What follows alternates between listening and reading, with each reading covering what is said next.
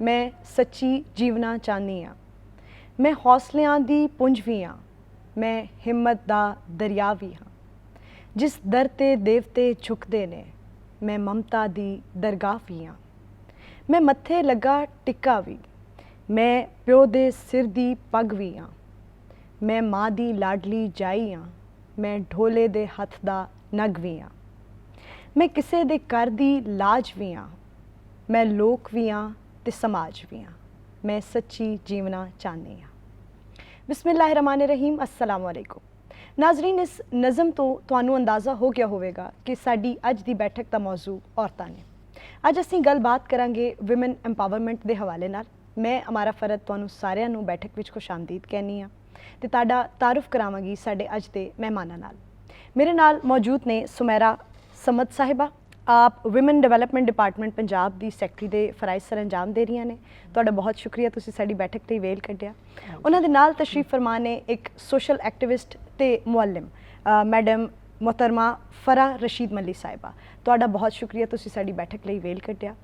ਤੇ ਖਵਾਤੀਨ ਤੇ women empowerment ਦੇ ਹਵਾਲੇ ਨਾਲ ਗੁਫ਼ਤਗੂ ਹੋਵੇ ਤੇ ਤੁਹਾਡੇ ਜਿਹੀਆਂ ਐਮਪਾਵਰਡ ਵਿਮਨ ਨੂੰ ਸਾਡੇ ਸੈੱਟ ਤੇ ਆਉਣ ਦਾ ਮੌਕਾ ਮਿਲੇ, ਸਾਡੇ ਲਈ ਇਹ ਬਹੁਤ ਖੁਸ਼ੀ ਦੀ ਗੱਲ ਹੈ।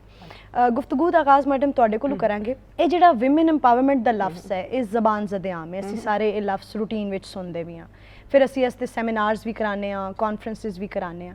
ਤੇ ਤੁਸੀਂ ਕੀ ਸਮਝਦੇ ਹੋ ਕਿ ਹਕੀਕਤ ਵਿੱਚ ਵਿਮਨ ਐਮਪਾਵਰਮੈਂਟ ਕਿਵੇਂ ਇੰਸ਼ੋਰ ਕੀਤੀ ਜਾ ਸਕਦੀ ਹੈ? औरत जो है वो इंडिपेंडेंट, अपने तौर पे वो इंडिपेंडेंट है, वो अपने तौर पे मुकम्मल है, ठीक है ना। तो उसको किसी के साथ अटैच ना करें कि किसी की बेटी, किसी की माँ, किसी की बीवी, ठीक है। वो अपने अंदर as a own being she is complete, और उसके पास जो है अपनी एजेंसी है, उसके पास चॉइस है, ठीक है ना। मतलब वो अपनी मर्ज़ी से जो भी उसने अपनी ज़िंदगी जीनी है, अपनी मर्ज़ी से जीनी है। सो दैट इज़ बेसिकली एक नट शेल में एम्पावरमेंट है। Obviously there is more to it also. So इसको इंश्योर कैसे किया जाए, इसको इंश्योर, देखिए हमें पता है कि हिस्टोरिकली हम एक पेट्रियार्कल सोसाइटी में रह रहे हैं, पैदरशाही में, ठीक है ना, जिसके अंदर आदमी को सेंटर में रख के तो सारी इंस्टीट्यूशन, सारी स्ट्रक्चर, सारी पॉलिसीज़, थिंकिंग जो है, एटीट्यूड्स, वो सारे उनको देख के बनाए हैं। तो उसमें जो है औरत को एक सेकंड ग्रेड उसमें सिटीज़न रखा, सेकंड ग्रेड दिया हुआ है। और दूसरा ये कि औरत के पास इख्तियार नहीं है। सबसे बड़ी बात ये है, आदमी कंट्रोल करते हैं, आदमी उसके बिहाफ पे डिसाइड करते हैं, आदमी ही डिफाइन करते हैं कि औरत क्या है, उसको क्या करना चाहिए। तो सबसे पहले तो बात है कि इस थिंकिंग को चेंज करना है सबसे पहले। और हमारी कॉन्स्टिट्यूशन इस चीज़ को गारंटी करती है। कॉन्स्टिट्यूशन में औरत आदमी इक्वल हैं, इक्वल पार्टिसिपेशन, एग्जैक्टली। तो that's the highest law of our land basically. और कॉन्स्टिट्यूशन भी गारंटी करती है। और ये जब इंसान बैठे वो इस बात को बिल्कुल तस्लीम करेगा, मतलब एक इंट्यूटिव चीज़ है कि कैसे हो सकता है कि कोई किसी से कमतर है। तो आई थिंक एम्पावरमेंट में सबसे पहली बात तो ये है कि एक बिल्कुल हमारी ऑब्वियसली हमारी कॉन्स्टिट्यूशन, हमारी स्टेट का ये मैंडेट है, और यही चीज़ है स्कूल्स में भी ये पढ़ानी। और जितने भी डिस्क्रिमिनेटरी, चाहे करिकुलम में हो, चाहे सोसाइटी में हो, तो वो पूरी उसकी एक जो है एनालिसिस होने के कहाँ कहाँ डिस्क्रिमिनेशन है और वहाँ को ख़त्म करने की ज़रूरत है। फरा मैडम, जिवें इन्हां ने तालीमी इदारियां दा भी जिक्र किया, तो तुहाडी नज़र विच विमन एम्पावरमेंट नूं इंश्योर करन दे विच एजुकेशन ते अवेयरनेस दा कितना रोल हो सकता है? मैं ਤੁਹਾਨੂੰ ਇੱਕ ਗੱਲ ਦੱਸਾਂ ਕਿ ਔਰਤਾਂ ਜਿਹੜੀਆਂ ਨੇ ਉਹਨਾਂ ਨੂੰ ਤੇ ਜਿਹੜੀ ਇੰਪਾਵਰ ਕਰਨ ਦੀ ਜ਼ਰੂਰਤ ਹੈ, ਮੈਨੂੰ ਲੱਗਦਾ ਮਾਂ ਦੀ ਗੋਦ ਤੋਂ ਸ਼ੁਰੂ ਹੋ ਜਾਂਦੀ ਹੈ। ਕਿ ਜਦੋਂ ਤੁਹਾਨੂੰ ਪਤਾ ਲੱਗਦਾ ਕਿ ਬੇਟੀ ਪੈਦਾ ਹੋਣ ਵਾਲੀ ਹੈ ਤੇ ਤੁਹਾਡੀ ਖੁਸ਼ੀ ਜਿਹੜੀ ਉਹ ਥੋੜੀ ਮਾਨ ਪੈ ਜਾਂਦੀ ਹੈ, ਤੇ ਬੇਟਾ ਹੁੰਦਾ ਤੇ ਤੁਹਾਡੀ ਖੁਸ਼ੀ ਦੁੱਗਣੀ ਹੋ ਜਾਂਦੀ ਹੈ। ਤੇ ਮੇਰਾ ਖਿਆਲ ਹੈ ਕਿ ਸਭ ਤੋਂ ਪਹਿਲੇ ਜਿਹੜੀ ਔਰਤ ਹੈ ਉਹ ਇੰਪਾਵਰ ਆਪ ਹੀ ਨਹੀਂ ਹੁੰਦੀ, ਇਸ ਲਈ ਬੱਚਿਆਂ ਨੂੰ ਅੱਗੋਂ ਨਹੀਂ ਕਰ ਪਾਉਂਦੀ। ਐਜੂਕੇਸ਼ਨਲ ਇੰਸਟੀਟਿਊਸ਼ਨ ਦੇ ਵਿੱਚ ਜਦੋਂ ਬੱਚੇ ਆਉਂਦੇ ਨੇ ਤਾਂ ਮੈਨੂੰ ਇਹ ਲੱਗਦਾ ਹੈ ਕਿ ਅੱਜ ਕੱਲ੍ਹ ਅਗਰ ਤੁਸੀਂ ਵੇਖੋ ਤਾਂ ਔਰਤਾਂ ਦੀ ਤਾਦਾਦ ਐਜੂਕੇਸ਼ਨਲ ਇੰਸਟੀਟਿਊਸ਼ਨ ਦੇ ਵਿੱਚ ਲੜਕਿਆਂ ਨਾਲੋਂ ਜ਼ਿਆਦਾ ਹੈ। ਅਸੀਂ ਉਹ ਜਿਹੜਾ ਰੋਲ ਪਲੇ ਕਰ ਰਹੀ ਹੈ, ਜਿਹੜਾ ਗਵਰਨਮੈਂਟ ਪਲੇ ਕਰ ਰਹੀ ਹੈ, ਔਰ ਜਿਹੜਾ ਅਸੀਂ ਇਹਦੇ ਨੂੰ ਇੰਪਾਵਰ ਕਰਨ ਦੀ ਕੋਸ਼ਿਸ਼ ਕਰ ਰਹੇ ਹਾਂ ਉਹਦੇ ਵਿੱਚ, ਲੇਕਿਨ ਮੈਨੂੰ ਲੱਗਦਾ ਕਿ ਥੋੜ੍ਹੇ ਜਿਹੇ ਅਸੀਂ ਟਰੈਕ ਤੋਂ ਹਟ ਜਾਂਦੇ ਹਾਂ। ਅਸੀਂ ਟਰੈਕ ਤੋਂ ਇਸ ਤਰ੍ਹਾਂ ਹਟ ਜਾਂਦੇ ਹਾਂ ਕਿ ਅਸੀਂ ਬੱਚੀ ਨੂੰ ਤਾਲੀਮ ਤੇ ਦਿਵਾਉਣਾ ਚਾਹੁੰਦੇ ਹਾਂ, ਲੇਕਿਨ ਇਸ ਲਈ ਨਹੀਂ ਕਿ ਅਸੀਂ ਉਹਨੂੰ ਇੰਪਾਵਰ ਕਰੀਏ, ਅਸੀਂ ਉਹਨੂੰ ਇਸ ਲਈ ਤਾਲੀਮ ਦਿਵਾਉਣਾ ਚਾਹੁੰਦੇ ਹਾਂ ਕਿ ਇਹਦਾ ਰਿਸ਼ਤਾ ਚੰਗਾ ਹੋ ਜਾਏਗਾ। ਇਸ ਵਜ੍ਹਾ ਵਾਸਤੇ ਸਾਨੂੰ ਉਹਨੂੰ ਇਹ ਸਿਖਾਉਣਾ ਚਾਹੀਦਾ ਹੈ ਕਿ ਬੇਟਾ ਜਦੋਂ ਤੂੰ ਪੜ੍ਹ ਲਿਖ ਕੇ ਇੱਥੋਂ ਬਾਹਰ ਨਿਕਲੇਂਗੀ ਤੇ ਤੇਰੇ ਰਾਈਟਸ ਕੀ ਨੇ ਔਰ ਤੇਰੀਆਂ ਡਿਊਟੀਜ਼ ਕੀ ਨੇ। ਕਿਉਂਕਿ ਇਕੱਲੇ ਰਾਈਟਸ ਨਾਲ ਜ਼ਮਾਨਾ ਨਹੀਂ ਚੱਲ ਸਕਦਾ, ਤੁਹਾਨੂੰ ਹਕੂਕੋ ਫਰਾਈਜ਼ ਦੋਵੇਂ ਨਾਲ ਲੈ ਕੇ ਚੱਲੋਗੇ ਤੇ ਜ਼ਮਾਨਾ ਤਾਂ ਅੱਗੇ ਚੱਲੇਗਾ। ਤੇ ਇਸ ਵਜ੍ਹਾ ਵਾਸਤੇ ਮੇਰਾ ਖਿਆਲ ਹੈ ਕਿ ਅਸੀਂ ਆਪਣੇ ਜਿਹੜੇ ਨੇ ਤਾਲੀਮੀ ਇਦਾਰੇ ਜਿੰਨੇ ਵੀ ਨੇ ਉਹਨਾਂ 'ਚ ਸਾਡੀ ਕੋਸ਼ਿਸ਼ ਇਹ ਹੀ ਹੈ ਕਿ ਬੱਚਿਆਂ ਨੂੰ ਅਸੀਂ ਸਿਰਫ ਡਿਗਰੀ ਦੇ ਕੇ ਨਾ ਭੇਜੀਏ, ਅਸੀਂ ਉਹਨਾਂ ਨੂੰ ਇੱਕ ਤਰਬੀਅਤ ਦੇ ਕੇ ਭੇਜੀਏ ਕਿ ਉਹਨਾਂ ਨੇ ਕੱਲ੍ਹ ਨੂੰ ਇੱਕ ਬਿਹਤਰੀਨ ਭੈਣ, ਮਾਂ ਔਰ ਇੱਕ ਬੇਟੀ ਦਾ ਕਿਰਦਾਰ ਜਿਹੜਾ ਉਹ ਕਿਸ ਤਰ੍ਹਾਂ ਅਦਾ ਕਰਨਾ ਹੈ, ਤਾਂ ਕਿ ਜ਼ਮਾਨੇ ਦੇ ਵਿੱਚ ਅਗਰ ਕਿਤੇ ਉਹਨਾਂ ਦੇ ਉੱਤੇ ਕੋਈ ਆਂਚ ਲਿਆਉਣ ਦੀ ਕੋਸ਼ਿਸ਼ ਕਰਦਾ ਹੈ ਤਾਂ ਆਪਣੇ ਹਕੂਕ ਵਾਸਤੇ ਲੜ ਸਕਣ। ਅੱਛਾ, ਜਿਵੇਂ ਤੁਸੀਂ ਪਹਿਲੇ ਗੱਲ ਕੀਤੀ ਕਿ ਇੰਪਾਵਰਡ ਵਿਮਨ ਇੰਪਾਵਰ ਵਿਮਨ, ਤੇ ਵਾਲਦਾ ਦੇ ਕਿਰਦਾਰ ਦੇ ਬਾਰੇ ਵੀ ਤੁਸੀਂ ਗੱਲ ਕੀਤੀ, ਤੇ ਜਿਹੜੇ ਅਸਾਤਜ਼ਾ ਦਾ ਕਿਰਦਾਰ ਵੀ ਹੈ, ਤੇ ਤੁਸੀਂ ਕੀ ਸਮਝਦੇ ਹੋ ਕਿ ਸਾਡੇ ਅਸਾਤਜ਼ਾ ਜਾਂ ਸਾਡੀ ਜਿਹੜੀ ਵਾਲਦਾ ਦਾ ਕਰੈਕਟਰ ਹੈ ਉਹਨੂੰ ਮਜ਼ੀਦ ਕਿਤਨਾ ਸਟਰੋਂਗ ਹੋਣ ਦੀ ਜ਼ਰੂਰਤ ਹੈ ਕਿ ਉਹ ਔਰਤਾਂ ਬਿਲਖਸੂਸ ਜਿਹੜੀਆਂ ਬੱਚੀਆਂ ਨੇ ਉਹਨਾਂ ਦੇ ਕੌਨਫੀਡੈਂਸ ਨੂੰ ਬੂਸਟ ਕਰ ਸਕਣ? ਮੇਰੇ ਖਿਆਲ 'ਚ ਤੇ ਅੱਜ ਕੱਲ੍ਹ ਦਾ ਜਿਹੜਾ ਦੌਰ ਹੈ ਇਹਦੇ ਵਿੱਚ ਬੇਟੀ ਵੀ ਉਨੀ ਹੀ ਜ਼ਰੂਰੀ ਹੈ ਜਿੰਨਾ ਇੱਕ ਬੇਟਾ ਜ਼ਰੂਰੀ ਹੈ, ਔਰ ਬੇਟੀ ਵੀ ਉਨੀ ਹੀ ਸਟਰੋਂਗ ਹੋਣੀ ਚਾਹੀਦੀ ਹੈ ਜਿੰਨਾ ਇੱਕ ਬੇਟਾ ਸਟਰੋਂਗ ਹੁੰਦਾ ਹੈ। ਮੈਨੂੰ ਇਹ ਲੱਗਦਾ ਹੈ ਕਿ ਅਸੀਂ ਬੇਟੇ ਨੂੰ ਤੇ ਫਿਜ਼ੀਕਲ ਐਜੂਕੇਸ਼ਨ ਵਾਸਤੇ, ਫਿਜ਼ੀਕਲ ਐਕਟੀਵਿਟੀਜ਼ ਵਾਸਤੇ ਅਸੀਂ ਬਾਹਰ ਭੇਜਦੇ ਹਾਂ, ਲੇਕਿਨ ਬੇਟੀ ਦੇ ਬਾਰੇ 'ਚ ਇੱਕ ਡਰ, ਇੱਕ ਖੌਫ ਹੈ, ਔਰ ਉਹ ਖੌਫ ਉਨੀ ਦੇਰ ਤੱਕ ਖਤਮ ਨਹੀਂ ਹੋ ਸਕਦਾ ਜਿੰਨੀ ਦੇਰ ਤੱਕ ਅਸੀਂ ਮਰਦ ਜਿਹੜਾ ਅਸੀਂ ਉਹਨੂੰ ਇਹ ਨਹੀਂ ਦੱਸ ਸਕਦੇ ਕਿ ਔਰਤ ਦੀ ਇੱਜ਼ਤ ਕੀ ਹੈ, ਔਰਤ ਦੀ ਆਬਰੂ ਦੀ ਹਿਫਾਜ਼ਤ ਕਰਨਾ ਉਹਦਾ ਫਰਜ਼ ਹੈ। ਸਿਰਫ ਇਹ ਫਰਜ਼ ਉਹਦੇ ਬਾਪ ਔਰ ਉਹਦੇ ਭਾਈ ਦਾ ਨਹੀਂ ਹੈ ਜਾਂ ਉਹਦੇ ਬੇਟੇ ਦਾ ਨਹੀਂ ਹੈ, ਦੁਨੀਆ 'ਚ ਜਿੰਨੇ ਵੀ ਮਰਦ ਨੇ ਉਹਨਾਂ ਸਾਰਿਆਂ ਦਾ ਹੈ। ਔਰ ਜਿੱਥੇ ਅਸੀਂ ਔਰਤ ਨੂੰ ਉਹਦੇ ਹਕੂਕ ਦੱਸਦੇ ਹਾਂ, ਉੱਥੇ ਮਰਦ ਨੂੰ ਨਾਲ ਉਹਦੇ ਫਰਾਇਜ਼ ਦੱਸਣ ਦੀ ਵੀ ਕੋਸ਼ਿਸ਼ ਕਰਨੀ ਪਏਗੀ। ਤੁਸੀਂ ਇੰਪਾਵਰ ਕਰ ਦਿੰਦੇ ਹੋ ਇੱਕ ਔਰਤ ਨੂੰ, ਲੇਕਿਨ ਜਾ ਕੇ ਆਪਣੇ ਬਾਪ ਦੀ ਜਾਇਦਾਦ 'ਚੋਂ ਹਿੱਸਾ ਲੈਣ ਦੀ ਕੋਸ਼ਿਸ਼ ਕਰਦੀ ਹੈ ਤੇ ਭਾਈ ਉਹਨੂੰ ਨਹੀਂ ਦਿੰਦਾ, ਤੇ ਤੁਸੀਂ ਕੀ ਕਰੋਗੇ? ਕਿ ਤੂੰ ਬੇਟੀ ਜਿਹੜੀ ਉਹ ਕੋਰਟ 'ਚ ਜਾਏਗੀ ਆਪਣਾ ਹਿੱਸਾ ਲੈਣ ਵਾਸਤੇ, ਜਾਂ ਬੇਟੀ ਜਿਹੜੀ ਹੈ ਉਹਨੂੰ ਮਾਫ ਕਰ ਦੇਗੀ ਕਿਉਂਕਿ ਉਹਨੂੰ ਪਤਾ ਹੈ ਕਿ ਅਗਰ ਮੈਂ ਹਿੱਸਾ ਮੰਗਾਂਗੀ ਤੇ ਮੇਰਾ ਭਾਈ ਮੇਰੇ ਨਾਲ ਨਾਰਾਜ਼ ਹੋ ਜਾਏਗਾ, ਮੇਰੇ ਮਾਂ-ਬਾਪ ਮੇਰੇ ਨਾਲ ਨਾਰਾਜ਼ ਹੋ ਤੇ ਜਾਣਗੇ। ਅਮੂਮਨ ਸਰੈਂਡਰ ਕਰ ਦਿੰਦੀਆਂ ਨੇ ਆਪਣਾ ਹੱਕ, 90% ਸਰੈਂਡਰ ਕਰਦੀਆਂ ਨੇ, ਲੇਕਿਨ ਕੁਝ ਐਸੀਆਂ ਖਵਾਤੀਨ ਹੈ ਨੇ, ਰੇਸ਼ੋ ਵੱਧ ਰਹੀ ਹੈ। ਪਹਿਲੇ ਤੇ ਹਿੱਸਾ ਮੰਗਣਾ ਵਾਜ਼, ਜਿਹਨੂੰ ਆਖਣਾ ਚਾਹੀਦਾ, ਉਹ ਇੱਕ ਬਹੁਤ ਹੀ ਇੱਕ ਬੁਰੀ ਜੀ ਗੱਲ ਸਮਝੀ ਜਾਂਦੀ ਸੀ, ਲੇਕਿਨ ਹੁਣ ਕਮ ਸੇ ਕਮ ਇੱਥੋਂ ਤੱਕ ਪਹੁੰਚ ਗਿਆ ਕਿ ਹਿੱਸਾ ਦੇ ਦਿਓ। ਪਹਿਲੇ ਇਹ ਸੀ ਕਿ ਤੁਹਾਨੂੰ ਜੇਜ਼ ਦੇ ਦਿੱਤਾ ਹੈ ਔਰ ਉਹਦੇ ਨਾਲ ਤੁਸੀਂ, ਔਰ ਮੇਰਾ ਖਿਆਲ ਹੈ ਥੋੜ੍ਹਾ ਜਿਹਾ ਇੰਡੋ ਪਾਕ ਦੇ ਵਿੱਚ ਉਹ ਵੀ ਫਰਕ ਸੀ ਕਿਉਂਕਿ ਅਸੀਂ ਥੋੜ੍ਹੇ ਜਿਹੇ ਹਿੰਦੂਆਂ ਦੇ ਕਲਚਰ ਦੇ ਨਾਲ ਰਹੇ, ਅਤੇ ਕਲਚਰਲ ਇਫੈਕਟ ਜਿਹੜਾ ਸੀ ਉਹ ਸਾਡੇ ਉੱਤੇ ਬਹੁਤ ਜ਼ਿਆਦਾ ਸੀ, ਕਿਉਂਕਿ ਅਸੀਂ ਆਖਿਆ ਜੀ ਅਗਰ ਖੁਦਾ ਨਾ ਖਾਸਤਾ ਕਿਸੇ ਦੀ ਤਲਾਕ ਹੋ ਗਈ ਹੈ ਤਾਂ ਹੁਣੇ ਵਿਆਹ ਨਹੀਂ ਕਰ ਸਕਦੀ, ਅਗਰ ਕਿਸੇ ਦੇ ਹਸਬੈਂਡ ਦੀ ਡੈਥ ਖੁਦਾ ਨਾ ਖਾਸਤਾ ਹੋ ਗਈ ਤਾਂ ਹੁਣ ਇਹਦੀ ਸ਼ਾਦੀ ਨਹੀਂ ਕਰਨੀ ਚਾਹੀਦੀ, ਹੁਣੇ ਬੱਚੇ ਪਾਲੇ। ਲੇਕਿਨ ਉਹ ਜਿਹੜਾ ਇਸਲਾਮ ਤੋਂ ਹਟ ਕੇ ਅਸੀਂ ਉਸ ਕਲਚਰ ਦੇ ਵਿੱਚ ਫਸ ਗਏ ਸਾਂ। ਆਹਿਸਤਾ ਆਹਿਸਤਾ ਮੇਰਾ ਖਿਆਲ ਹੈ ਆਜ਼ਾਦ ਹੋਏ ਹਾਂ, ਅਤੇ ਹੁਣ ਸਾਡੀ ਸੋਚ ਵੀ ਆਜ਼ਾਦ ਹੋ ਰਹੀ ਹੈ, ਅਤੇ ਉਹਦੇ 'ਚ ਕਾਫੀ ਬਿਹਤਰੀ ਆ ਰਹੀ ਹੈ। ਸਹੀ। ਸੈਕਟਰੀ ਸਾਹਿਬਾ, ਤੁਹਾਡਾ ਜਿਹੜਾ ਵਿਮਨ ਡਿਵੈਲਪਮੈਂਟ ਦਾ ਇੱਕ ਇਦਾਰਾ ਹੈ, ਤੁਸੀਂ ਥੋੜ੍ਹਾ ਜਿਹਾ ਉਹਨਾਂ ਦੇ ਪ੍ਰੋਜੈਕਟਸ 'ਤੇ ਚਾਨਣ ਪਾਓ ਕਿ ਤੁਸੀਂ ਔਰਤਾਂ ਨੂੰ ਐਮਪਾਵਰ ਕਰਨ ਲਈ ਕਿਹੜੇ-ਕਿਹੜੇ ਪ੍ਰੋਜੈਕਟਸ ਇਨੀਸ਼ੀਏਟ ਕੀਤੇ ਨੇ, तो किन्ने सक्सेसफुल जा रहे हैं? हमारा जी मुख्तलिफ प्रोजेक्ट्स हैं औरतों के एम्पावरमेंट के हवाले से। तो एक तो हम अपनी जेंडर मेन स्ट्रीमिंग की ट्रेनिंग करते हैं। तो अब आपको पता है कि जो हमारे, जिस तरह से पहले बात हुई कि इंस्टीट्यूशंस हैं, स्ट्रक्चर्स हैं, पॉलिसीज़ हैं, वो मेल सेंट्रिक रही हैं हिस्टोरिकली। तो उनको और जितने भी डिपार्टमेंट के भी जो हैं इंस्टीट्यूशंस वगैरह, तो उसमें भी जाहिर है कि वही पेट्रियार्कल सिस्टम्स वगैरह चल रहे थे। तो इसीलिए 2012 में विमेन डेवलपमेंट डिपार्टमेंट बनाया गया एज एन अलग डिपार्टमेंट। वैसे तो जेंडर मेन स्ट्रीमिंग जो है वो एक डिपार्टमेंट अलग, उसका मैंडेट नहीं होता, वो तो क्रॉस सेक्टोरल है और तमाम डिपार्टमेंट्स में होना ज़रूरी है। लेकिन क्योंकि ये एक नई चीज़ थी तो इसके बारे में इतनी अंडरस्टैंडिंग नहीं थी, इसमें काफ़ी कॉम्प्लेक्स भी है ये, तो ये समझा गया कि एक अलग डिपार्टमेंट बनाया जाए और वहाँ से फिर इसको लीड किया जाए इस सारे प्रोसेस को।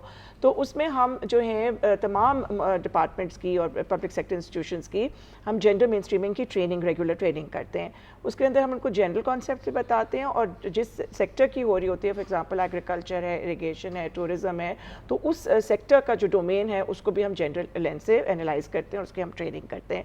तो I think that is something very important कि वो फिर लोग जाएंगे, वो फिर मास्टर ट्रेनर्स बनेंगे और ये कंटिन्यूस प्रोसेस है ताकि फिर वो जो है अंदर से वो चेंज आए उन तमाम डिपार्टमेंट्स में। Good things take time. Good things take time. हाँ जी। अच्छा मैडम, फिर आप ਜਿਹੜੀ ਵਿਮਨ ਇੰਪਾਵਰਮੈਂਟ ਹੈ ਇਹਦੇ ਅਗਰ ਅਸੀਂ ਕੰਪੋਨੈਂਟਸ ਵੇਖੀਏ ਤੇ ਫਿਰ ਸਭ ਤੋਂ ਪਹਿਲਾਂ ਤਾਂ ਸਾਨੂੰ ਨਜ਼ਰ ਆਉਂਦਾ ਹੈ ਕਿ ਸੈਲਫ ਵਰਥ, ਔਰਤ ਨੂੰ ਆਪਣੀ ਖੁਦ ਦੀ ਅਹਿਮੀਅਤ ਦਾ ਅਹਿਸਾਸ ਹੋਣਾ, ਤੇ ਉਸ ਤੋਂ ਬਾਅਦ ਰਾਈਟ ਟੂ ਮੇਕ ਚੋਇਸਿਸ ਜਾਂ ਡਿਟਰਮਾਈਨ ਚੋਇਸਿਸ ਬਹੁਤ ਅਹਿਮੀਅਤ ਦਾ ਹਾਮਿਲ ਹੈ। ਤੇ ਤੁਸੀਂ ਕੀ ਸਮਝਦੇ ਹੋ ਕਿ ਸਾਡੇ ਮਾਸ਼ਰੇ ਦੀ ਜਿਹੜੀ ਔਰਤ ਹੈ ਉਹਨੂੰ ਆਪਣੀ ਅਹਿਮੀਅਤ ਦਾ ਅਹਿਸਾਸ ਹੈ ਵੇ? ਤੇ ਦੂਜੀ ਗੱਲ ਹੈ ਕਿ ਕਿਆ ਉਹਨੂੰ ਆਪਣੀ ਜ਼ਿੰਦਗੀ ਦੇ ਮਾਮਲੇ ਵਿੱਚ ਮੁxtਲਿਫ ਡਿਸੀਜਨਸ ਲੈਣ ਦੇ ਟਾਈਮ ਉਹਨੂੰ ਇਹ ਹੱਕ ਦਿੱਤਾ ਜਾਂਦਾ ਹੈ ਕਿ ਉਹ ਆਪਣੀ ਚੋਇਸ ਆਪ ਕਰੇ? ਪਹਿਲੀ ਚੀਜ਼ ਜਿਹੜੀ ਹੈ ਕਿ ਉਹਨੂੰ ਆਪਣੇ ਰਾਈਟਸ ਦਾ ਇਲਮ ਤੇ ਹੈ। ਮਰਦ ਉਹਨੂੰ ਰਾਈਟਸ ਕਿਸ ਤਰ੍ਹਾਂ ਦਿੰਦਾ ਜਾਂ ਨਹੀਂ ਦਿੰਦਾ, ਇਹਦੇ ਉੱਤੇ ਉਹਨੂੰ ਸਟਰਗਲ ਕਰਨਾ ਪਏਗਾ, ਇਹਦੇ ਤੇ ਉਹਨੂੰ ਕੋਸ਼ਿਸ਼ ਵੀ ਕਰਨੀ ਪਏਗੀ ਔਰ ਇਹ ਜਦੋਂ ਜੇ ਚੱਲਦੀ ਰਹੇਗੀ। ਕਿਉਂਕਿ ਵੇਖੋ ਜੀ, ਮੇਰੇ ਰਾਈਟਸ ਉੱਥੇ ਸ਼ੁਰੂ ਹੁੰਦੇ ਨੇ ਜਿੱਥੇ ਦੂਸਰੇ ਦੇ ਫਰਾਇਜ਼ ਸ਼ੁਰੂ ਹੁੰਦੇ ਨੇ। ਅਗਰ ਮੈਂ ਆਪਣੇ ਫਰਾਇਜ਼ ਜਾਂ ਇੱਕ ਮਰਦ ਆਪਣੇ ਫਰਾਇਜ਼ ਪੂਰੇ ਕਰਦਾ ਹੈ ਤੇ ਆਟੋਮੈਟਿਕਲੀ ਔਰਤ ਨੂੰ ਉਹਦੇ ਰਾਈਟਸ ਜਿਹੜੇ ਨੇ ਮਿਲਣ ਲੱਗ ਪੈਂਦੇ ਮਿਲਣਾ ਨੇ। ਸ਼ੁਰੂ ਕਰ ਸਾਡਾ ਜਿਹੜਾ ਅੱਜ ਤੋਂ ਪਹਿਲੇ ਤੱਕ ਸੀ ਜੀ ਸੱਸ ਬਹੂ ਦਾ ਬੜਾ ਝਗੜਾ ਹੁੰਦਾ ਸੀ, ਦੋਵੇਂ ਔਰਤਾਂ ਸਨ, ਉਸੇ ਤਰ੍ਹਾਂ ਫਿਰ ਤੁਸੀਂ ਇੱਕ ਦੋ ਬੀਵੀਆਂ ਹੋ ਗਈਆਂ ਤੇ ਬਹੁਤ ਝਗੜਾ ਹੁੰਦਾ ਸੀ। ਲੇਕਿਨ ਸਲੋਲੀ ਗ੍ਰੈਜੂਅਲੀ ਜਿਹਨੂੰ ਆਖਣਾ ਚਾਹੀਦਾ ਆਹਿਸਤਾ ਆਹਿਸਤਾ ਇਹਦੇ ਉੱਤੇ ਲੋਕਾਂ ਨੇ ਕਾਬੂ ਪਾ ਲਿਆ। ਹੁਣ ਤੁਸੀਂ ਵੇਖੋਗੇ ਕਿ ਉਹਨੇ ਸ਼ਾਇਦ ਲੜਾਈ ਝਗੜੇ ਜਿਹੜੇ ਨੇ ਉਹ ਵੇਖਣ 'ਚ ਨਹੀਂ ਆਉਂਦੇ, ਕਿਉਂਕਿ ਹਕੂਕ ਨਾਲ ਆਗਾਹੀ ਜਿਹੜੀ ਹੈ ਉਹ ਲੋਕਾਂ ਨੂੰ ਹੋ ਗਈ ਹੈ ਕਿ ਔਰਤ ਦੇ ਹਕੂਕ ਜਿਹੜੇ ਨੇ ਕੀ ਹੈ। ਜਿਸ ਤਰ੍ਹਾਂ ਹੁਣ ਇੱਕ ਰੂਲ ਬਣਿਆ ਸੀ ਕਿ 1043 ਤੇ ਤੁਸੀਂ ਕਾਲ ਕਰੋ, ਅਗਰ ਕੋਈ ਫਿਜ਼ੀਕਲੀ ਅਬਿਊਜ਼ ਹੁੰਦਾ ਹੈ ਤੁਹਾਡੇ ਘਰ ਦੇ ਵਿੱਚ ਤਾਂ ਤੁਸੀਂ ਫੌਰੀ ਤੌਰ ਤੇ ਉਹਨਾਂ ਨੂੰ ਕਰੋ। ਤੇ ਇਹ ਜਿਹੜੀਆਂ ਚੀਜ਼ਾਂ ਨੇ ਇਹ ਬਹੁਤ ਜ਼ਰੂਰੀ ਨੇ। ਜਿਸ ਤਰ੍ਹਾਂ ਹੁਣੇ ਇਹਨਾਂ ਨੇ ਗੱਲ ਕੀਤੀ ਕਿ ਜੀ ਅਸੀਂ ਜਿਹੜੇ ਪ੍ਰੋਜੈਕਟ ਸ਼ੁਰੂ ਕੀਤੇ ਨੇ, ਇਹਨਾਂ ਦਾ ਸਭ ਤੋਂ ਅੱਛਾ ਪ੍ਰੋਜੈਕਟ ਜਿਹੜਾ ਜਿਹਦੀ ਮੈਂ ਗੱਲ ਕਰਨਾ ਚਾਹਾਂਗੀ ਉਹ ਇਹਨਾਂ ਦੇ ਡੇ ਕੇਅਰ ਸੈਂਟਰ ਨੇ, ਜਿਹੜੇ ਇਹਨਾਂ ਨੇ ਐਜੂਕੇਸ਼ਨਲ ਇੰਸਟੀਟਿਊਸ਼ਨਸ ਔਰ ਬਾਕੀਆਂ 'ਚ ਬਣਾਏ ਨੇ। ਮੇਰੇ ਕੋਲ ਐਸੇ ਬਹੁਤ ਸਾਰੇ ਪ੍ਰੋਫੈਸਰ ਔਰ ਲੈਕਚਰਰ ਨੇ ਜਿਨ੍ਹਾਂ ਦੀਆਂ ਬੱਚੇ ਛੋਟੇ ਨੇ ਔਰ ਉਹ ਲੈ ਕੇ ਆਉਂਦੇ ਨੇ। ਇਸ ਵੇਲੇ ਵੀ ਮੇਰੇ ਕੋਲ ਡੇ ਕੇਅਰ ਦੇ ਵਿੱਚ ਤਕਰੀਬਨ 11 ਬੱਚੇ ਨੇ, ਜਿਹੜੀਆਂ ਮਾਵਾਂ ਆਪਣੀਆਂ ਨਾਲ ਲੈ ਕੇ ਆਉਂਦੀਆਂ ਨੇ, ਸਾਰਾ ਦਿਨ ਉੱਥੇ ਰਹਿੰਦੇ ਨੇ, ਉਹਨਾਂ ਨੂੰ ਅਸੀਂ ਲੁੱਕ ਆਫਟਰ ਕਰਨੇ ਆ। ਔਰ ਵਾਪਸੀ ਦੇ ਬੱਚੇ ਜਿਹੜੇ ਮਾਂ ਉਸ ਪਰੇਸ਼ਾਨੀ 'ਚੋਂ ਨਿਕਲ ਗਈ ਕਿ ਮੇਰਾ ਬੱਚਾ ਜਿਹੜੀ ਕਿੱਥੇ ਹੈ, ਕਿਸ ਨੌਕਰਾਨੀ ਹੈ ਹਾਲ 'ਚ ਜਾਂ ਹੈ। ਜਿਹੜੀ ਮੇਰੀ ਉੱਥੇ ਕੇਅਰ ਟੇਕਰ ਹੈ ਉਹ ਕਿਸ ਤਰ੍ਹਾਂ ਮੇਰੇ ਬੱਚੇ ਦੀ ਹਿਫਾਜ਼ਤ ਕਰ ਰਹੀ ਹੋਏਗੀ ਕਿ ਨਹੀਂ ਕਰ ਰਹੀ ਹੋਏਗੀ। ਉਹ ਦਿਨ 'ਚ 2 ਚੱਕਰ ਵੀ ਜਾ ਕੇ 3 ਚੱਕਰ ਵੀ ਜਾ ਕੇ ਲਾ ਕੇ ਵੇਖ ਆਉਂਦੇ ਨੇ। ਤੇ ਮੇਰੇ ਖਿਆਲ 'ਚ ਇਹ ਜਿਹੜੀਆਂ ਸਹੂਲੀਅਤ ਨੇ ਔਰਤ ਨੂੰ ਇਹ ਦੇਣ ਦੀ ਜ਼ਰੂਰਤ ਹੈ, ਜਿਹੜਾ ਉਹਨਾਂ ਨੂੰ ਇੱਕ ਰਾਈਟ ਮਿਲਿਆ ਨਾ ਸਾਡਾ ਕਿ ਜੀ ਅਸੀਂ ਔਰਤ ਔਰ ਉਹਦੇ ਹਕੂਕ ਜਿਹੜੇ ਨੇ ਬੜੇ ਸਾਲ ਪਹਿਲੇ ਤੁਸੀਂ ਵੇਖੋ ਹੋ ਗਏ ਡਿਸਾਈਡ ਔਰਤ ਦੇ ਹਕੂਕ ਕੀ ਨੇ। ਜਿਸ ਤਰ੍ਹਾਂ 1907 ਦੇ ਵਿੱਚ ਜਦੋਂ ਔਰਤਾਂ ਦੇ ਉੱਤੇ ਥੋੜ੍ਹਾ ਜਿਹਾ ਜ਼ੁਲਮ ਔਰ ਜਬਰ ਔਰ ਸਾਰਾ ਕੁਝ ਹੋਇਆ ਤਾਂ ਉਦੋਂ ਉਹਨਾਂ ਨੇ ਔਰਤਾਂ ਨੇ ਉਹਦੇ ਵਾਸਤੇ ਜਲੂਸ ਕੱਢਿਆ ਔਰ ਸਾਰਾ ਕੁਝ ਹੋਇਆ। ਤੇ 8 ਮਾਰਚ 1907 ਤੋਂ ਔਰਤਾਂ ਦਾ ਦਿਨ ਮਨਾਉਣਾ ਸ਼ੁਰੂ ਹੋਇਆ। ਪਹਿਲੇ ਉੱਥੇ ਮਨਾਇਆ ਜਾ ਰਿਹਾ ਸੀ, ਆਹਿਸਤਾ ਆਹਿਸਤਾ ਪੂਰੀ ਦੁਨੀਆ 'ਚ ਮਨਾਇਆ ਜਾ ਰਿਹਾ। ਔਰ ਜਦੋਂ ਅਸੀਂ ਦਿਨ ਮਨਾਉਂਦੇ ਹਾਂ ਤਾਂ ਸਾਡੀਆਂ ਜਿਹੜੀਆਂ ਉਹ ਖਾਸ ਜਿਨ੍ਹਾਂ ਨੂੰ ਆਖਣਾ ਚਾਹੀਦਾ ਐਸੀਆਂ ਔਰਤਾਂ ਜਿਨ੍ਹਾਂ ਨੇ ਇੱਕ ਨਾਂ ਕਮਾਇਆ ਹੈ ਹਿਸਟਰੀ ਦੇ ਵਿੱਚ, ਉਹਨਾਂ ਸਾਰੀਆਂ ਨੂੰ ਅਸੀਂ ਉਹਨਾਂ ਨੂੰ ਯਾਦ ਕਰਨੇ ਔਰ ਉਹਨਾਂ ਤੋਂ ਅਸੀਂ ਸਬਕ ਸਿੱਖਦੇ ਹਾਂ ਕਿ ਅਸੀਂ ਜ਼ਿੰਦਗੀ ਦੇ ਵਿੱਚ ਕੀ ਬਣਨਾ ਹੈ। ਅਗਰ ਅੱਜ ਅਸੀਂ ਇੱਥੇ ਬੈਠੇ ਹਾਂ ਤੇ ਵੂਮਨ ਇੰਪਾਵਰਮੈਂਟ ਕਿ ਅਸੀਂ ਇੱਥੇ ਬੈਠੇ ਹਾਂ ਔਰ ਉਹਨਾਂ ਦੇ ਬਾਰੇ ਗੱਲ ਕਰ ਰਹੇ ਹਾਂ। ਹਕੂਕ ਤੇ ਸਾਨੂੰ ਪਤਾ ਨੇ। ਸਹੀ, ਮੈਨੂੰ ਲੱਗਦਾ ਕਿ ਇਸ ਵੇਲੇ ਥੋੜੀ ਜਿਹੀ ਫਰਾਈਜ਼ ਤੇ ਵੀ ਗੱਲ ਹੋਣੀ ਚਾਹੀਦੀ ਹੈ। ਔਰਤ ਦੀ ਸਭ ਤੋਂ ਵੱਡੀ ਜਿਹੜੀ ਜ਼ਰੂਰਤ ਹੈ ਉਹ ਇਸ ਵਕਤ ਦੀ ਹੋਏ ਵੇ ਕਿ ਔਲਾਦ ਦੀ ਤਰਬੀਅਤ, ਹਕੂਕ ਦੇ ਨਾਲ ਨਾਲ ਆਪਣੇ ਫਰਾਈਜ਼ ਤੇ ਵੀ ਤਵੱਜੋ ਕਿਉਂ ਜੇ ਇੱਕ ਅਗਲਾ ਮਾਸ਼ਰਾ ਉਹ ਤਸ਼ਕੀਲ ਦੇ ਰਹੀ ਹੁੰਦੀ ਹੈ। ਬਿਲਕੁਲ ਜੀ, ਵੇਖੋ ਸਾਡਾ ਪੂਰਾ ਮੁਆਸ਼ਰਾ ਉਹਦੇ ਤੇ ਡਿਪੈਂਡ ਕਰਦਾ ਹੈ, ਚਾਹੇ ਬੇਟਾ ਹੈ ਚਾਹੇ ਬੇਟੀ ਹੈ, ਚਾਹੇ ਮਰਦ ਹੈ ਚਾਹੇ ਔਰਤ ਹੈ। ਤੇ ਮੇਰੇ ਖਿਆਲ 'ਚ ਉਸ ਤਰਬੀਅਤ ਦੀ ਬਹੁਤ ਸਖਤ ਜ਼ਰੂਰਤ ਹੈ, ਚਾਹੇ ਉਹ ਤਰਬੀਅਤ ਜਿਹੜੀ ਹੈ ਉਹ ਐਜੂਕੇਸ਼ਨਲ ਜਿਹੜੇ ਤਾਲੀਮੀ ਇਦਾਰੇ ਨੇ ਉਹਨਾਂ 'ਚ ਹੋਵੇ ਜਾਂ ਉਹ ਤਰਬੀਅਤ ਜਿਹੜੀ ਹੈ ਉਹ ਮਾਂ ਦੀ ਝੋਲੀ 'ਚ ਹੋਵੇ। ਸੈਕਟਰੀ ਸਾਹਿਬਾ, ਸਾਡੇ ਕੋਲ ਵਿਮਨ ਪ੍ਰੋਟੈਕਸ਼ਨ ਬਿੱਲ ਆਇਆ, ਫਿਰ ਹੁਣੇ ਵਿਮਨ ਚੈਂਪੀਅਨਸ ਪਾਲਿਸੀ ਵੀ ਆਈ ਤੇ ਹਕੂਮਤ ਜਿਹੜੀ ਹੈ ਉਹ ਕਵਾਨੀਨ ਤੇ ਬਣਾ ਰਹੀ ਹੈ।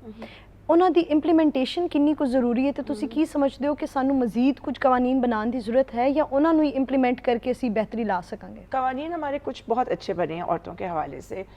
ये जो protection of women against violence act है 2016 का, ये बड़ा अच्छा प्रोग्रेसिव एक्ट है और इसने जो बाकी पहले गैप्स आते थे इम्प्लीमेंटेशन के उसको सामने रख के ये एक्ट बना है। तो मेरा तो अपना ये ख्याल है, ऑब्वियसली ज़ाहिर है कि लेजिस्लेशन की तो ज़रूरत रहती है कंटिन्यूस और जो एग्जिस्टिंग लेजिस्लेशन है उसमें भी रिफॉर्म्स की, लेकिन येस इम्प्लीमेंटेशन ऑफ जो है लॉज वो बहुत ज़्यादा इंपॉर्टेंट है। तो पहला तो मेरा फोकस यही है, मतलब समझती हूँ कि फोकस यही है कि जो एग्जिस्टिंग लॉज हैं उनको अच्छी तरह से इम्प्लीमेंट किया जाए। अच्छा, एक ਜਿਹੜੀ ਮਾਰ ਕੁੱਟ ਹੈ ਜਾਂ ਫਿਜ਼ੀਕਲ ਵਾਇਲੈਂਸ ਹੈ ਉਹਨੂੰ ਤੇ ਅਸੀਂ ਸਾਰੇ ਵਾਇਲੈਂਸ ਕੰਸੀਡਰ ਕਰਦੇ ਹਾਂ।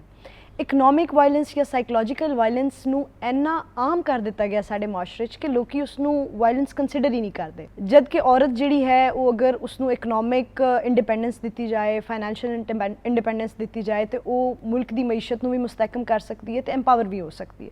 ਤੇ ਤੁਸੀਂ ਇਸ ਸਾਰੀ ਸਿਚੁਏਸ਼ਨ ਨੂੰ ਕਿਵੇਂ ਵੇਖਦੇ ਹੋ? ਤੁਸੀਂ ਵੇਖੋ ਜੀ, ਅਗਰ ਇਕਨੋਮਿਕਲੀ ਅਗਰ ਵੇਖਿਆ ਜਾਏ ਮੁਆਸ਼ੀ ਤੌਰ ਤੇ ਸਾਡਾ ਮੁਲਕ 146ਵੇਂ ਨੰਬਰ ਤੇ ਆ ਰਿਹਾ ਹੈ 156 ਮੁਲਕਾਂ 'ਚੋਂ। ਤੇ ਇਹਦਾ ਮਤਲਬ ਹੈ ਕਿ ਸਾਡੀ ਔਰਤ ਜਿਹੜੀ ਹੈ ਉਹਦਾ ਇੰਪਾਵਰ ਹੋਣਾ ਔਰ ਇਕਨੋਮਿਕ ਮੁਆਸ਼ੀ ਹਾਲਾਤ ਦੇ ਵਿੱਚ ਉਹਦਾ ਨਾਲ ਰਲ ਕੇ ਟੁਰਨਾ ਬਹੁਤ ਜਿਹੜਾ ਜ਼ਰੂਰੀ ਹੈ। ਅਗਰ ਅਸੀਂ ਔਰਤ ਸਾਡੀ 52% ਆਬਾਦੀ ਹੈ ਤਾਂ 52% ਕੱਢ ਕੇ ਪਾਸੇ ਤੇ ਰੱਖ ਦਈਏ ਔਰ ਬਾਕੀ ਕੋਲ ਅਸੀਂ ਆਖੀਏ ਕਿ 48% ਜਿਹੜਾ ਪੂਰੇ ਮੁਆਸ਼ਰੇ ਨੂੰ ਚਲਾਏ ਔਰ ਲੈ ਕੇ ਅੱਗੇ ਚੱਲੇ ਤੇ ਬੜਾ ਮੁਸ਼ਕਿਲ ਜਿਹਾ ਕੰਮ ਹੈ।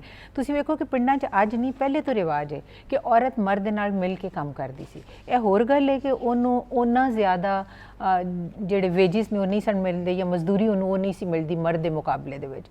ਮੇਰੇ ਖਿਆਲ 'ਚ ਜਿਸ ਤਰ੍ਹਾਂ ਅਸੀਂ ਮਰਦਾਂ ਵਾਸਤੇ ਬਣਾਏ ਨੇ ਆਪਸ਼ਨਸ ਕਿ ਨੌਕਰੀਆਂ ਵਾਸਤੇ ਔਰ ਸਾਰਾ ਜਿਹੜਾ ਉਹਦੇ 'ਚ ਵੇਖੋ, ਤੇ ਔਰਤ ਵਾਸਤੇ ਵੀ ਇਸੇ ਤਰ੍ਹਾਂ ਹੋਣੇ ਚਾਹੀਦੇ ਨੇ। ਔਰਤਾਂ ਵਾਸਤੇ ਅਸਾਂ ਅਲੱਗ ਯੂਨੀਵਰਸਿਟੀ ਬਣਾ ਦਿੱਤੀ, ਲੇਕਿਨ ਮੈਨੂੰ ਲੱਗਦਾ ਕਿ ਇੰਨੀ ਜ਼ਿਆਦਾ ਜਿੰਨੇ ਵੀ ਫੀਮੇਲ ਕਾਲਜਸ ਨੇ ਉਹ ਤੇ ਹੈ ਹੀ ਔਰਤਾਂ ਵਾਸਤੇ, ਲੇਕਿਨ ਜਿੰਨੇ ਮੁੰਡਿਆਂ ਦੇ ਕਾਲਜ ਨੇ ਉਹਦੇ 'ਚ ਵੀ ਅੱਧੀਆਂ ਕੁੜੀਆਂ ਨੇ, ਬਲਕਿ ਅੱਧੀਆਂ ਤੋਂ ਜ਼ਿਆਦਾ ਕੁੜੀਆਂ ਨੇ। ਤੁਸੀਂ ਲਾਹੌਰ ਦੇ ਜਿੰਨੇ ਵੀ ਕਾਲਜ ਨੇ ਉਹਨਾਂ ਨੂੰ ਚੁੱਕ ਕੇ ਵੇਖ ਲਓ ਤੇ ਉਹਦੇ 'ਚ ਮੁੰਡਿਆਂ ਦੀ ਤਾਦਾਦ ਕੁੜੀਆਂ ਨਾਲੋਂ ਬਹੁਤੀ ਹੈ। ਮੇਰਾ ਇਹ ਖਿਆਲ ਹੈ ਕਿ ਮੁੰਡਿਆਂ ਇਹ ਕਮਾਣਾ ਹੈ ਔਰ ਕਮਾ ਕੇ ਉਹਨਾਂ ਨੇ ਆਪਣੇ ਖਾਨਦਾਨ ਨੂੰ ਅੱਗੇ ਚਲਾਉਣਾ ਹੈ। ਔਰਤ ਜਿਹੜੀ ਹੈ ਉਹ ਅਗਰ ਡਾਕਟਰ ਬਣਦੀ ਹੈ ਜਾਂ ਇੰਜੀਨੀਅਰ ਬਣਦੀ ਹੈ ਔਰ ਸ਼ਾਦੀ ਕਰ ਲੈਂਦੀ ਹੈ ਔਰ ਉਸ ਤੋਂ ਬਾਅਦ ਉਹ ਨਹੀਂ ਅੱਗੇ ਕੰਮ ਕਰਦੀ, ਤੇ ਤੁਸੀਂ ਕਿਸ ਤਰ੍ਹਾਂ ਉਹਨੂੰ ਰੱਖ ਸਕਦੇ ਹੋ ਕਿ ਨਹੀਂ ਜ਼ਬਰਦਸਤੀ ਕਿ ਇਹਦੇ ਕੋਲ ਨੌਕਰੀ ਜ਼ਰੂਰ ਕਰਾਓ। ਇਸੇ ਤਰ੍ਹਾਂ ਮੇਰਾ ਖਿਆਲ ਹੈ ਕੁਝ ਗਵਰਨਮੈਂਟ ਜਿਸ ਤਰ੍ਹਾਂ ਬਣਾ ਰਹੀ ਹੈ, ਇਹ ਥੋੜੀ ਜਿਹੀ ਇੰਪਲੀਮੈਂਟੇਸ਼ਨ ਇਸ ਤਰ੍ਹਾਂ ਦੀ ਹੋਣੀ ਚਾਹੀਦੀ ਹੈ ਕਿ ਹਰ ਉਹ ਲੜਕੀ ਜਿਹੜੀ ਡਾਕਟਰ ਬਣਦੀ ਹੈ ਕਮ ਸੇ ਕਮ 5 ਸਾਲ ਤੱਕ ਹਕੂਮਤ ਦੇ ਵਿੱਚ ਨੌਕਰੀ ਕਰੇ। ਇਸੇ ਤਰ੍ਹਾਂ ਜਿਹੜੀਆਂ ਔਰਤਾਂ ਨੇ ਉਹਨਾਂ ਨੂੰ ਅੱਗੇ ਵਧਣ ਵਾਸਤੇ ਮੇਰੇ ਖਿਆਲ 'ਚ ਤੁਸੀਂ ਵੇਖੋ ਕਿ ਜਿਹੜੀ ਸਿਆਸੀ, ਮੁਆਸ਼ੀ ਔਰ ਮੁਆਸ਼ਰਤੀ ਤੌਰ ਤੇ ਬਹੁਤ ਜ਼ਰੂਰਤ ਹੈ। ਜਿੱਥੋਂ ਤੱਕ ਤੁਸੀਂ ਗੱਲ ਕੀਤੀ ਹੈ ਕਿ ਜਿਹੜਾ ਸਾਈਕੋਲੋਜੀਕਲ ਤੁਹਾਡੀ ਜਿਹੜੀ ਹੈ ਉਹ ਟੋਲਰੈਂਸ ਜਿਹੜੀ ਔਰਤ ਦੇ ਅੰਦਰ ਹੈ ਉਹ ਬਰਦਾਸ਼ਤ ਕਰ ਲੈਂਦੀ ਉਹਨਾਂ ਨੂੰ, ਉਹਨਾਂ ਚੀਜ਼ਾਂ ਨੂੰ ਸਿਰਫ ਇਸ ਲਈ ਕਿ ਮੇਰੇ ਬਾਪ ਦੀ ਇੱਜ਼ਤ, ਮੇਰੇ ਭਰਾ ਦੀ ਇੱਜ਼ਤ ਕਾਇਮ ਰਹੇਗੀ, ਕੀ ਆਖਣਗੇ ਵਸੀ ਨਹੀਂ ਉਜੜ ਕੇ ਘਰ ਆ ਗਈ। ਲੇਕਿਨ ਇਹ ਵੇ ਕਿ ਮੇਰਾ ਖਿਆਲ ਹੈ ਕਿ ਇਹਦੇ ਉੱਤੇ ਵੀ ਜਿਸ ਤਰ੍ਹਾਂ ਮੈਂ ਗੱਲ ਕੀਤੀ ਕਿ ਸਾਨੂੰ ਆਪਣੀ ਆਉਣ ਵਾਲੀ ਨਸਲ ਜਿਹੜੀ ਹੈ ਲੜਕੀਆਂ ਔਰ ਲੜਕੇ, ਕੁੜੀਆਂ ਮੁੰਡਿਆਂ ਦੋਵਾਂ ਨੂੰ ਦੱਸਣਾ ਪੈਣਾ ਹੈ ਕਿ ਬੱਚੇ ਰਾਈਟਸ ਕੀ ਨੇ ਔਰ ਜਿਹੜੇ ਨੇ ਤੁਹਾਡੇ ਫਰਾਈਜ਼ ਕੀ ਨੇ। ਅਗਰ ਤੁਸੀਂ ਇਹਨਾਂ ਦੋਵਾਂ ਨੂੰ ਰਲ ਕੇ ਨਾਲ ਲੈ ਕੇ ਨਹੀਂ ਟੁਰੋਗੇ, ਔਰਤ ਇੰਪਾਵਰ ਹੋ ਰਹੀ ਹੈ, ਹੋ ਜਾਏਗੀ, ਤੇ ਮੁਸ਼ਕਿਲ ਕਿਹਦੇ ਲਈ ਆਏਗੀ? ਮੁਆਸ਼ਰੇ ਵਾਸਤੇ। ਤੇ ਇਸ ਵਜ੍ਹਾ ਵਾਸਤੇ ਸਾਨੂੰ ਜਿੱਥੇ ਅਸੀਂ ਫਿਜ਼ੀਕਲ ਅਬਿਊਜ਼ ਅਗਰ ਹੁੰਦਾ ਹੈ ਔਰ ਅਸੀਂ ਉਹਦੇ ਉੱਤੇ ਜਾਂ ਉਹਨਾਂ ਦੇ ਉੱਤੇ ਤਸ਼ੱਦਦ ਹੁੰਦਾ, ਫਿਜ਼ੀਕਲੀ ਤਸ਼ੱਦਦ ਹੁੰਦਾ, ਤੇ ਔਰਤ ਜਾ ਕੇ ਥਾਣੇ 'ਚ ਰਿਪੋਰਟ ਕਰਾ ਸਕਦੀ ਹੈ। ਤੇ ਮੇਰੇ ਖਿਆਲ 'ਚ ਜਿਹੜਾ ਸਾਈਕੋਲੋਜੀਕਲ ਅਬਿਊਜ਼ ਹੈ ਉਹਦੇ ਤੇ ਵੀ ਕੋਈ ਨਾ ਕੋਈ ਰਿਪੋਰਟ ਦਰਜ ਹੋਣੀ ਚਾਹੀਦੀ ਹੈ, ਕਿਉਂਕਿ ਉਹ ਜ਼ਿਆਦਾ ਤਕਲੀਫ ਬਹੁਤ ਤਕਲੀਫ ਦੇਵੇ ਔਰ ਜਿਹਦਾ ਤੁਸੀਂ ਇਜ਼ਹਾਰ ਨਹੀਂ ਕਰ ਸਕਦੇ, ਕਿਉਂਕਿ ਤੁਸੀਂ ਜਾਣਦੇ ਹੋ ਤੇ ਲੋਕ ਤੁਹਾਡੇ ਕੋਲ ਇੱਕ ਐਵੀਡੈਂਸ ਤੇ ਗਵਾਹੀ ਮੰਗਦੇ ਨਾ, ਦੱਸੋ ਕੀ ਹੋਇਆ, ਤੇ ਤੁਸੀਂ ਕਿਸ ਤਰ੍ਹਾਂ ਦੱਸ ਸਕਦੇ ਹੋ ਕਿ ਉਹਨੇ ਸਵੇਰ ਤੋਂ ਲੈ ਕੇ ਸ਼ਾਮ ਤੱਕ ਮੈਨੂੰ ਇੰਨਾ ਜ਼ਿਆਦਾ ਮੈਨੂੰ ਟੌਰਚਰ ਕੀਤਾ ਹੈ ਕਿ ਉਹਦੀ ਜਵਾਬ 'ਚ ਮੈਂ ਸਾਰਾ ਕੁਝ ਰਿਐਕਸ਼ਨ ਜਿਹੜਾ ਉਹ ਸ਼ੋਅ ਕਰ ਰਹੀ ਹਾਂ। ਤੇ ਬੜਾ ਮੁਸ਼ਕਿਲ ਜਿਹਾ ਹੈ, ਦੋ ਘਰਾਂ ਦੇ ਬੰਦੇ ਇਕੱਠੇ ਹੋ ਕੇ ਇੱਕ ਥਾਂ ਤੇ ਆ ਗਏ, ਉਹ ਹੋਰ ਗੱਲ ਹੈ। ਮੇਰੇ ਖਿਆਲ 'ਚ ਹਰ ਚੀਜ਼ ਤਸ਼ੱਦਦ ਉਦੋਂ ਆਉਂਦਾ ਜਦੋਂ ਤੁਹਾਡੇ ਕੋਲ ਡਾਇਲੌਗ ਖਤਮ ਹੋ ਜਾਂਦਾ ਹੈ, ਜਦੋਂ ਤੁਸੀਂ ਗੱਲ ਨਹੀਂ ਕਰ ਸਕਦੇ ਉਹਨਾਂ ਨਾਲ। ਤੇ ਇਹ ਜਿਹੜਾ ਗੈਪ ਹੈ ਇਹਨੂੰ ਖਤਮ ਕਰਨ ਦੀ ਜ਼ਰੂਰਤ ਹੈ ਕਿ ਆਪਸ 'ਚ ਬਵੀਏ, ਰਲ ਕੇ ਗੱਲਾਂ ਕਰੀਏ। ਸਾਡੇ ਮਸਲੇ ਪੰਚਾਇਤਾਂ 'ਚ ਹੱਲ ਹੋ ਜਾਂਦੇ ਸਨ, ਅਸੀਂ ਰਾਤ ਨੂੰ ਨਾਨੀ ਦਾਦੀ ਦੀ ਝੋਲੀ 'ਚ ਬਹਿ ਕੇ ਕਹਾਣੀਆਂ ਸੁਣਦੇ ਸਾਂ, ਅਸੀਂ ਉਹਨਾਂ ਚੀਜ਼ਾਂ 'ਚੋਂ ਨਿਕਲ ਗਏ। ਉਹਦਾ ਮਸਲਾ ਇਹ ਹੋ ਗਿਆ ਕਿ ਸਾਡੀ ਉਹ ਤਰਬੀਅਤ ਜਿਹੜੀਆਂ ਨਾਨੀਆਂ ਦਾਦੀਆਂ ਦੀ ਝੋਲੀ 'ਚ ਹੁੰਦੀ ਸੀ ਉਹ ਮੁੱਕ ਗਈ। ਅਸੀਂ ਕਿਤਾਬਾਂ ਤੋਂ ਰਾਈਟ ਸਿੱਖਣ ਲੱਗ ਪਏ, ਅਸੀਂ ਕਿਤਾਬਾਂ ਤੋਂ ਫਰਾਈਜ਼ ਸਿੱਖਣ ਲੱਗ ਪਏ, ਜਿਹੜਾ ਕਿ ਥੋੜ੍ਹਾ ਜਿਹਾ ਔਖਾ ਕੰਮ ਹੈ। ਜਿਹੜੀਆਂ ਤੁਸੀਂ ਪ੍ਰੈਕਟੀਕਲ ਗੱਲਾਂ ਸਿੱਖਦੇ ਹੋ ਉਹ ਜ਼ਿਆਦਾ ਸੌਖੀਆਂ ਹੁੰਦੀਆਂ। मैं एक ऐड करना चाह रही थी, जो ये protection of women against violence act 2016, इसके अंदर डोमेस्टिक वायलेंस डिफाइन किया गया है, इसके अंदर साइकोलॉजिकल वायलेंस और इकोनॉमिक वायलेंस। सो अब ये they are part of the law now ना, एंड इनको मतलब इनके जो है इसको टेकअप किया जाए, क्योंकि जो फैमिली कोर्ट है वो इस लॉ को एडमिनिस्टर करेगा। So anybody can bring a case of economic violence and psychological violence. ਠੀਕ ਹੋ ਗਿਆ। ਅੱਛਾ ਸੈਕਟਰੀ ਸਾਹਿਬ ਥੋੜਾ ਜਿਹਾ ਦੱਸੋ ਕਿ ਅੱਜਕੱਲ ਵਿਮਨ ਐਂਟਰਪ੍ਰੈਨਿਓਰ ਜਿਹੜੀਆਂ ਨੇ ਉਹ ਵੀ ਅੱਗੇ ਆ ਰਹੀਆਂ ਨੇ, ਕਾਫੀ ਸਾਰੀਆਂ ਖਵਾਤੀਨ ਜਿਹੜੀਆਂ ਨੇ ਉਹ ਦਸਤਕਾਰੀ ਦੇ ਵਿੱਚ ਬੜੀ ਮਹਾਰਤ ਰੱਖਦੀਆਂ ਹੁੰਦੀਆਂ ਨੇ, ਘਰਾਂ ਦੇ ਵਿੱਚ ਚੀਜ਼ਾਂ ਬਣਾ ਕੇ ਉਹਨਾਂ ਨੂੰ ਜਿਹੜਾ ਹੈ ਉਹ ਬਾਜ਼ਾਰ ਵਿੱਚ ਵੇਚ ਸਕਦੀਆਂ ਨੇ। ਫਿਰ ਅਸੀਂ ਵੇਖਦੇ ਹਾਂ ਕਿ ਅੱਜਕੱਲ ਹੋਮ ਕੁਕਿੰਗਸ ਦਾ ਇੱਕ ਬੜਾ ਰਿਵਾਜ ਆ ਗਿਆ, ਘਰ ਖਾਣੇ ਬਣਾਉਂਦੀਆਂ ਨੇ ਤੇ ਉਹਨਾਂ ਨੂੰ ਉਹ ਸੇਲ ਕਰ ਲੈਂਦੀਆਂ ਨੇ, ਟੈਕਨੀਕ ਇਨਕਮ ਜਨਰੇਟ ਕਰਦੀਆਂ ਨੇ। ਤੇ ਤੁਸੀਂ ਇਸ ਖੁਸ਼ਾਇੰਦ ਅਮਲ ਨੂੰ ਕਿਵੇਂ ਵੇਖਦੇ ਹੋ? ये होम बेस्ड वर्कर्स है ना बेसिकली, तो वो बहुत सी मतलब उसकी बहुत एडवांटेजेस हैं, मतलब अपने एनवायरनमेंट पे बैठ के, अपने घर पे बैठ के, क्योंकि चॉइस की बात है जो, और लेकिन ऑब्वियसली आपको इनेबलिंग एनवायरनमेंट की बात है, अपॉर्चुनिटीज़ की बात है। कभी ये इशू होता है या आपको कोई जॉब बाहर नहीं मिली या कोई ट्रांसपोर्ट का प्रॉब्लम है या आप एक ऐसी एरिया में हैं, तो ये एक फ्लेक्सिबिलिटी वाली बात है कि आप अपने घर से ही अपनी बिज़नेस करें। इसमें अब हम देखते हैं कि औरतें ये जो हैं ये हैंडीक्राफ्ट्स भी कर रही होती हैं, एम्ब्रॉयडरी है, डिफरेंट किस्म के ये एंटरप्राइजेस, ये कुकिंग का बहुत ज़्यादा ट्रेंड है। इसको एक तो डॉक्यूमेंट करना बहुत ज़रूरी है, ठीक है। उसके साथ इस साथ इन औरतों की जो है फाइनेंशियल लिटरेसी और डिजिटल लिटरेसी की ट्रेनिंग बहुत ज़्यादा ज़रूरी है, बिकॉज़ वो जो घर पे बैठी हुई हैं उनको ये इस चीज़ का मतलब ट्रेनिंग होनी चाहिए कि जो उनके प्रोडक्ट्स बन रहे हैं। अच्छा, फिर उसमें डिज़ाइन की, इनोवेशन की ट्रेनिंग, کہ اگر وہ ایک فار ایگزامپل اگر ایک ٹریڈیشنل بھی بنا رہی ہے عورت تو وہ ٹریڈیشنل گڈس کی ایک مارکیٹ ہے, لیکن دین اس میں انوویشن کرنا کہ آپ کپڑا ذرا ڈفرینٹ یوز کریں یا کلرز ایسے چوز کریں, یا آپ اس کے اندر ڈیزائن کی ڈائیورسفیکیشن کریں, پروڈکٹ کو ڈائیورسفائی کریں. کہ فار ایگزامپل وہی ٹانکا ہے لیکن وہ اب ہم جس طرح دیکھتے ہیں کہ اینک کے کیسز ہوتے ہیں یا لیپ ٹاپ کے کیسز ہوتے ہیں, اس طرح کی چیزیں.